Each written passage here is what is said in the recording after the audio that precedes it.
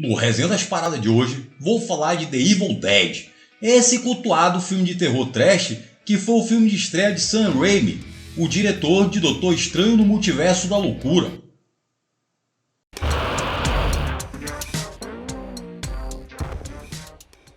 O novo filme do Doutor Estranho está causando muita expectativa entre os fãs da Marvel e também muita preocupação em relação à qualidade do que vem por aí, principalmente depois do lançamento de Homem-Aranha Sem Volta para Casa, por conta da peruca mal alambrada que colocaram no personagem, que mais parecia um capacete e deixou o Doutor Estranho parecendo um boneco Lego ou um Playmobil. Tenho pra mim que só colocaram aquela goga na cabeça dele lá no filme do outro para não atrapalhar o protagonismo capilar do herói aracnídeo, que tava com uma peruca massa, super natural.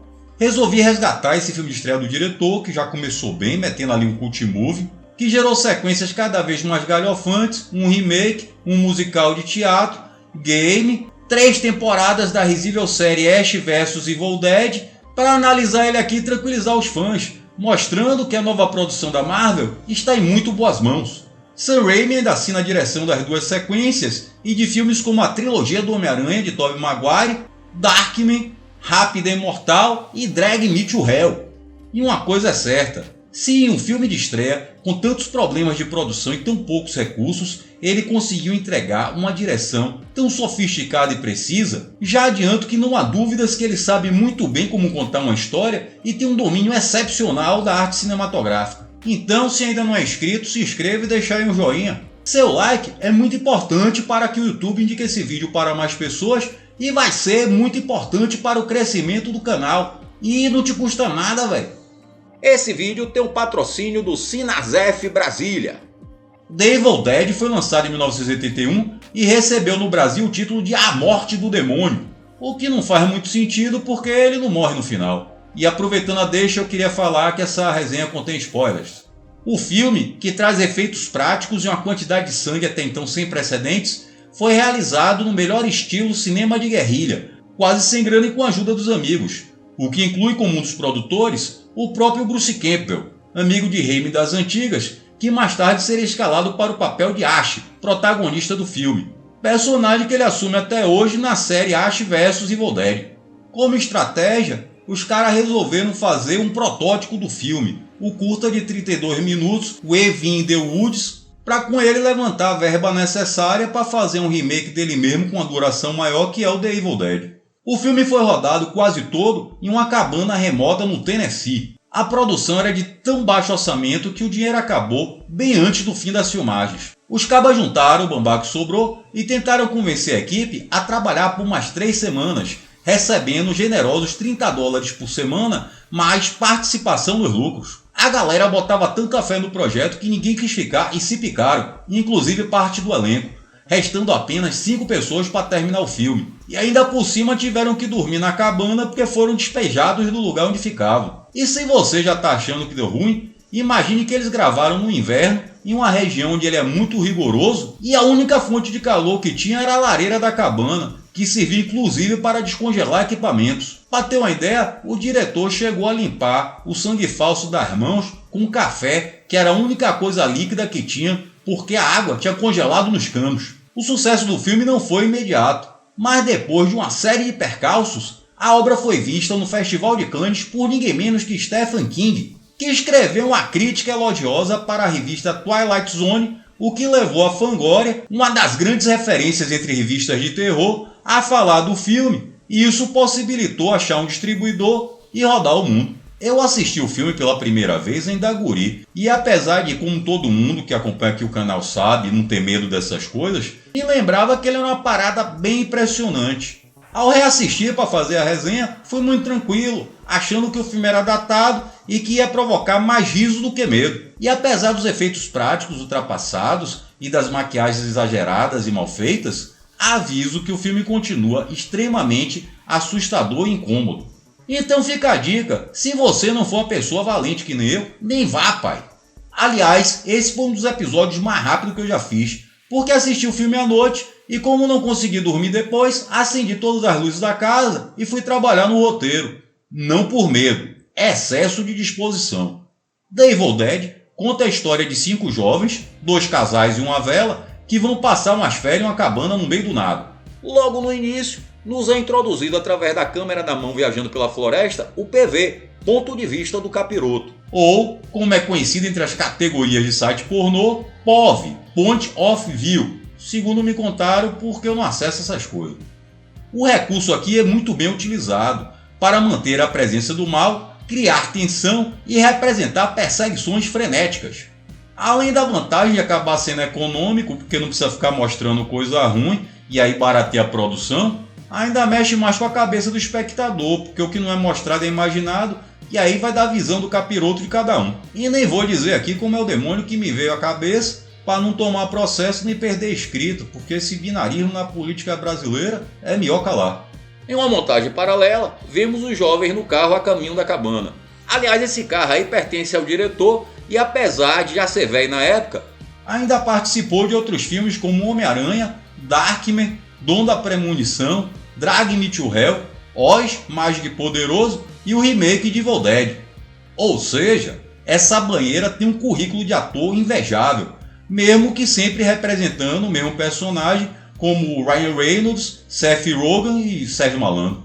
Passam por uma ponte caindo aos pedaços e chegam lá na cabana. Na área externa tem um balanço rústico que deve pesar pra porra e apesar de não ter ninguém por perto e dá pra ver pelas árvores que nem tá ventando, ele tá se sacudindo e batendo na parede. Mas quando o caba pega a chave ele para. Isso por si só já era motivo para eu ter me retirado educadamente do ambiente. Mas sabe como é personagem de filme de terror, né? Eles entram na cabana e é só poeira. Airbnb escroto da porra. Chega a noite, a vela tá lá desenhando o badalo do relógio, a parada para de balançar, ela começa a escutar um "junte-se a nós". A mão dela é possuída e começa a desenhar. E é assustador como o demônio desenha mal. Nem dá pra ver direito que ali é o Bob Esponja. Disso começa a bater a porta do alçapão. Corta pra ele jantando, o brother resenhando ela porque tá com medo. O outro faz um brinde, aí a parada abre do nada. O caba pega a lanterna pra ver da qual foi e nada de voltar. O outro vai atrás e toma ele pegadinha do coadjuvante. E eu me assustei mais que o protagonista.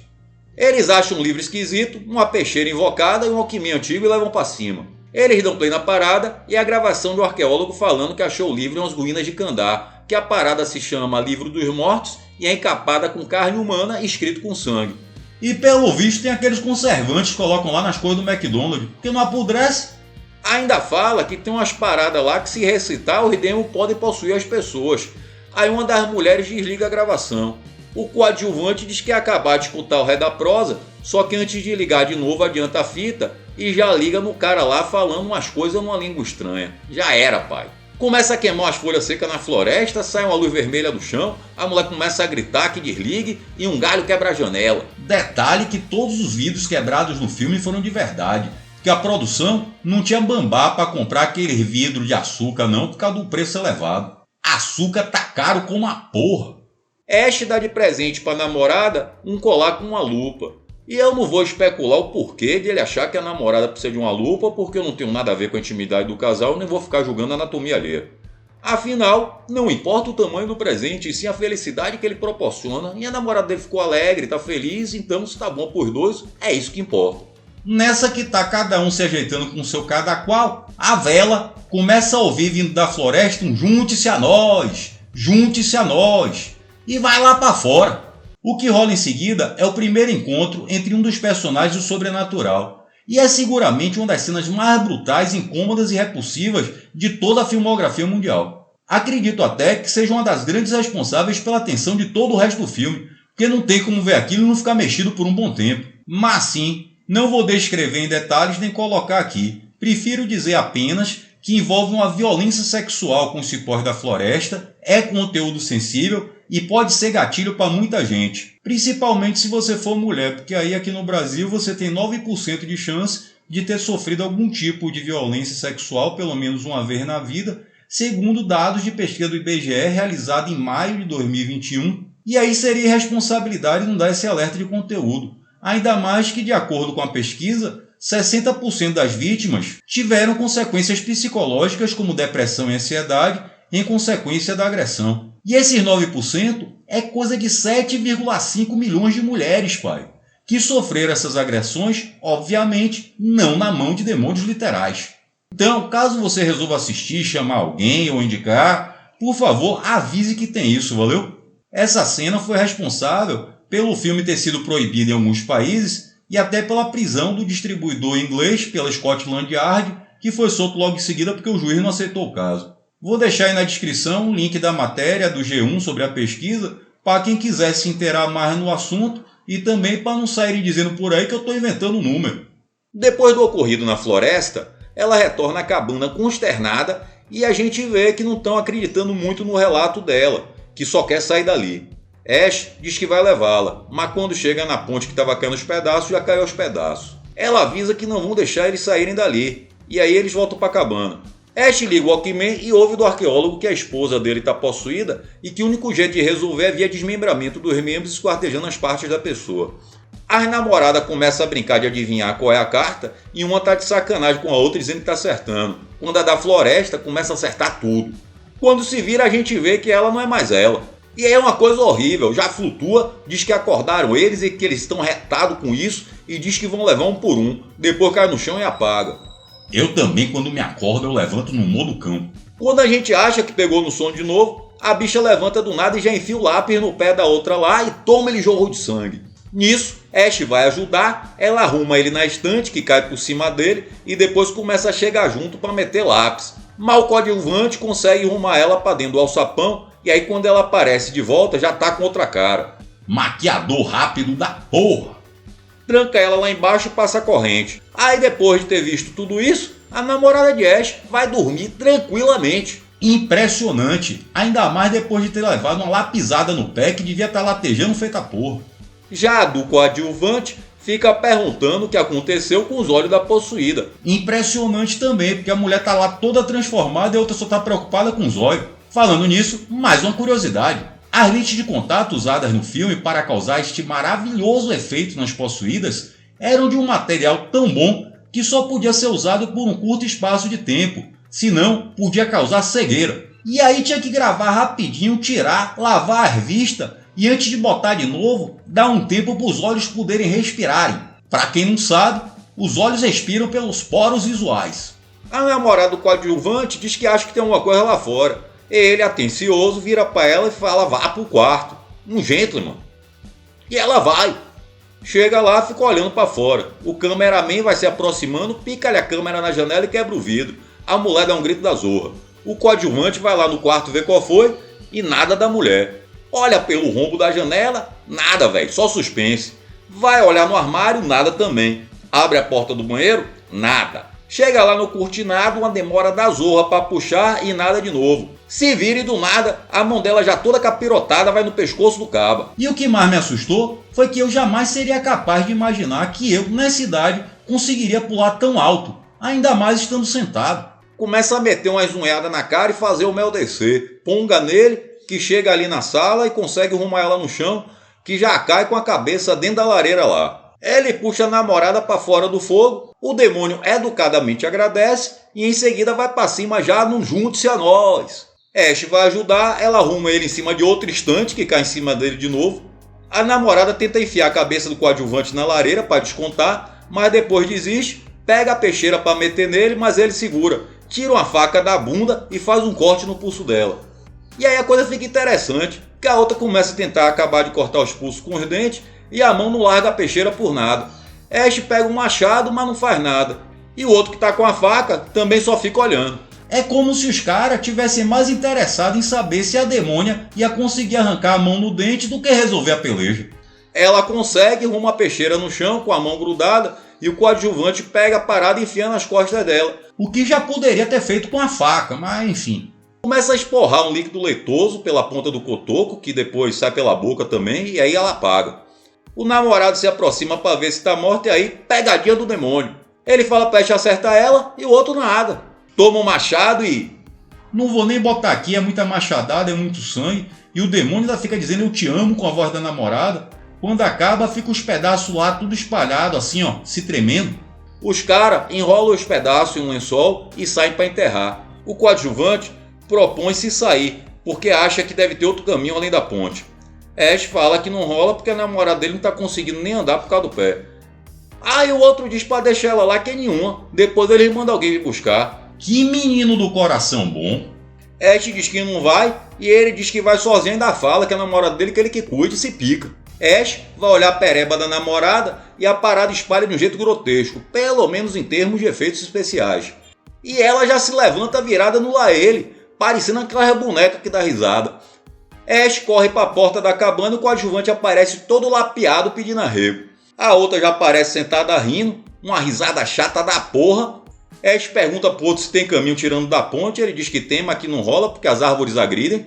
As possuídas começam a gastar com os caras, a outra lá mete a risada no repeat, Ash fala que ela pare, dá uns tapas, depois pega a espingarda e assim. Tem todo o contexto que ali já não é a pessoa, é o demônio, mas me impactou muito esse tipo de violência. E não estou falando isso no sentido de condenar que essas cenas existem dessa forma. Acho que isso é uma discussão muito mais complexa do que cabe aqui na resenha da obra. O que eu quero observar é o incômodo que é, mesmo que racionalmente entendendo que quem está ocupando aqueles corpos ali é o mal absoluto e não mais as namoradas deles, é difícil não ver de certa forma homens agredindo os corpos de suas parceiras e o quanto isso é incômodo e chocante. Em resumo, sem querer entrar aqui em outras discussões como se cenas como essa denunciam ou normalizam determinadas atitudes, acredito que o que faz Evil Dead se diferenciar de outros filmes trash com maquiagens exageradas e enxurradas de sangue é que ele não aposta todas as suas fichas na violência gráfica. Pelo contrário, isso é quase um pano de fundo para nos confundir e nos conduzindo cada vez mais fundo num terror psicológico. E isso, principalmente a direção e a fotografia, mas também todo o conjunto de elementos que compõem a narrativa, faz com extrema maestria. Mas voltando. Ele tá ali tomando coragem para atirar, tenta, mas não consegue. Mas o filhote de Cruz Credo baixa a cabeça e quando levanta, tá com o rosto da namorada pedindo ajuda. Ele larga a arma, puxa ela e abraça. Quando vê que o barro tá colando, o outro demônio vai na mesma linha. Começa a falar com a voz normal de mulher, diz que melhorou e pede pra sair lá de baixo. Ash pega a chave para abrir o cadeado da corrente, mas quando chega perto, o bicho mete mão para agarrar. Ele pergunta por que estão torturando ele daquele jeito e já começa a ouvir as risadas de boneca. Olha e tá lá a possuída sentada, toda cheia de bonequice, começa a cantar uma musiquinha estilo infantil que diz que vão pegá-los. Ele a puxa para fora da cabana, ela diz que é inútil, que logo ele será como eles, ele larga ela lá fora e volta para dentro. Começa a dar água pro outro que tá apagado, aí percebe que o amigo já era e volta a ouvir as gaitadas irritantes. Vai na janela para ver se vê ela lá fora e toma uma peixeirada no braço dela que já estava lá dentro. Ela cai para cima para dar mais. Ele se defende e consegue enfiar a peixeira nas costas dela, que antes de morrer manda um jorro daquele líquido branco lá. Ele pega o corpo dela, amarra de corrente e pega uma motosserra para esquartejar, mas vê a lupa e ele não consegue. Resolve enterrar. Quando ele acaba de enterrar, vê a lupa no chão, vai pegar e o demônio sai da cova e vai de Wolverine na perna dele, que pega uma tora de madeira e começa a dar paulada. Ela voa para cima e ele separa com a pá o corpo da cabeça que vai parar longe e a cabeça fica lá rindo. Ele volta para a cabana e o outro fugiu do porão. Começa a procurar de espingarda pela casa. O bicho avança pela janela, ele atira mais mesmo que nada e sai fechando as portas. Vai no porão para catar munição. Vê um cano que está com vazamento de sangue, o cano poca, começa a sangrar a tomada, a parede até lâmpadas. Uma vitrola liga sozinha, um projetor também. Rola uma ladainha com a voz do demônio na namorada, de nós vamos pegar você, nós vamos pegar você. Aí o coadjuvante dizendo que vai todo mundo morrer. A gravação, o outro demônio. E a gente já não sabe se ele está ouvindo isso no ambiente ou se está só na cabeça dele, mas também isso já não importa. A gente sabe que o personagem está no limite da sanidade. Pega os cartuchos, carrega a espingarda, as vozes continuam, cortes rápidos, coisas explodem. E aí o ritmo muda, os planos se alongam, os sons são só os do ambiente. É como se o filme quisesse que a gente parasse um pouco e tomasse fôlego para o que vem a seguir. E essa sensação não ajuda em nada, só aumenta o suspense e a tensão. Até porque o que houve ali foi a suspensão de um frenesi que prometia uma apoteose. Acompanhamos em um maravilhoso contra-plongé, ele subindo as escadas. A câmera aparece de cabeça para baixo mostrando as costas e dá a volta por cima revelando o desespero do personagem no olhar e no corpo suado. Seguimos em uma sequência de planos não convencionais muito bem escolhidos, realizados e montados. Subjetiva do demônio que quase o alcança, janelas batendo, ventania nebulosa, closes evidenciando o desespero de Ash, um traveling zenital, o espelho que vira água e o grito do personagem que atira em um vulto. Toda uma atmosfera envolvente de tirar o fôlego, com abuso de close no personagem que parece nos obrigar a entender e compartilhar suas dores e angústias. E na boa, é impressionante ver um canastrão como Campbell entregando uma interpretação tão genuína e verdadeira.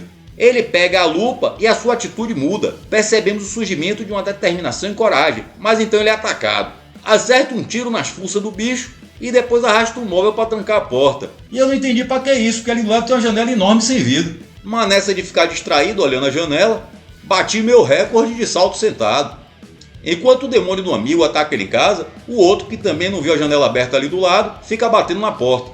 Ash ruma o móvel no bicho e o livro dos mortos que estava em cima vai parar do lado da lareira. Rola um dedo no olho com sangue jorrando, puxa uma madeira da barriga que pelo visto estava tapando uma artéria da grossura de um cano. O demônio começa a esfumaçar e o outro entra. Ele tenta alcançar o livro, mas o capetoso pega no pé dele. Ele pega o colar da lupa e começa a lançar para tentar puxar o livro. Ele consegue pegar o livro com a lupa e ruma no fogo. E é então que rola essa maravilhosa cena dos demônios se desfazendo em stop motion. E quando a gente pensa que acabou, ainda tem mais saindo, sangue jogando, barata andando por cima da veia. Finalmente ele se levanta, o sol aparece, ele sai da cabana e vai indo, todo lenhado.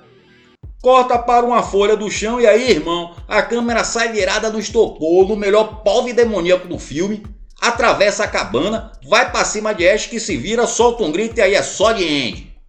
Detalhe que essa cena foi feita em cima de uma bicicleta, o que mostra que mesmo sem muitos recursos, em se tendo criatividade, é possível realizar coisas belíssimas. E também que apesar de ser ruim em desenho, o demônio até que pedala direitinho. Respeite o ciclista. Bom filme. Recomendo. Não deixe de se inscrever no canal, dar seu like e deixar um comentário para nós ir trocar uma ideia. Para quem quiser ajudar, o Pix tá aí na descrição, viu? Siga nós no Instagram e até o próximo Resenhando as Paradas.